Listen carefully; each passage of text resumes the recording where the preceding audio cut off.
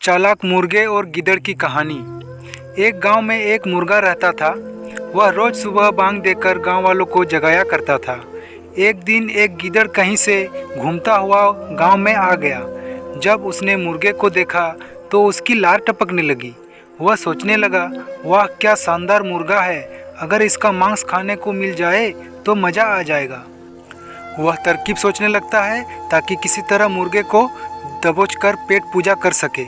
उसने मुर्गे को बहला फुसलाकर अपने काबू में करने का निश्चय किया और उसके पास पहुंचकर बोला, मित्र, मैं तुम्हारी आवाज़ सुनकर तुम्हारे पास आया हूं। तुम्हारी आवाज़ बहुत ही सुरीली है, कानों में मिश्री घुल जाती है, मन करता है दिन भर सुनता रहूं। क्या तुम एक बार मुझे अपनी सुरीली आवाज़ सुनाओगे?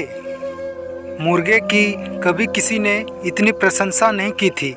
वह गिद्ध की बात सुनकर मुर्गा खुशी से फूला नहीं समाया और उसे अपनी आवाज़ सुनाने के लिए ज़ोर ज़ोर से कुकू डुकू करने लगा। गिद्ध इस फिराक में था। उसने देखा कि मुर्गे का ध्यान उसकी ओर नहीं है, इसलिए अवसर पाकर उसने मुर्गे को अपने मुंह में दबा लिया और जंगल की ओर भागने लगा।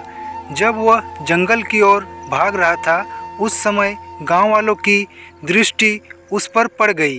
वे लाठी लेकर उसे मारने के लिए दौड़े। गिद्ध डर के मारे और तेजी से भागने लगा।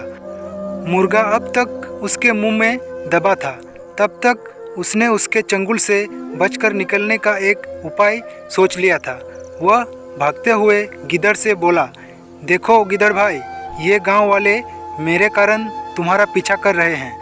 वे तब तक तुम्हारा पीछा करना नहीं छोड़ेंगे जब तुम उनसे कहोगे कि मैं तुम्हारा हूँ, उनका नहीं। ऐसा करो, तुम उन्हें बोल दो।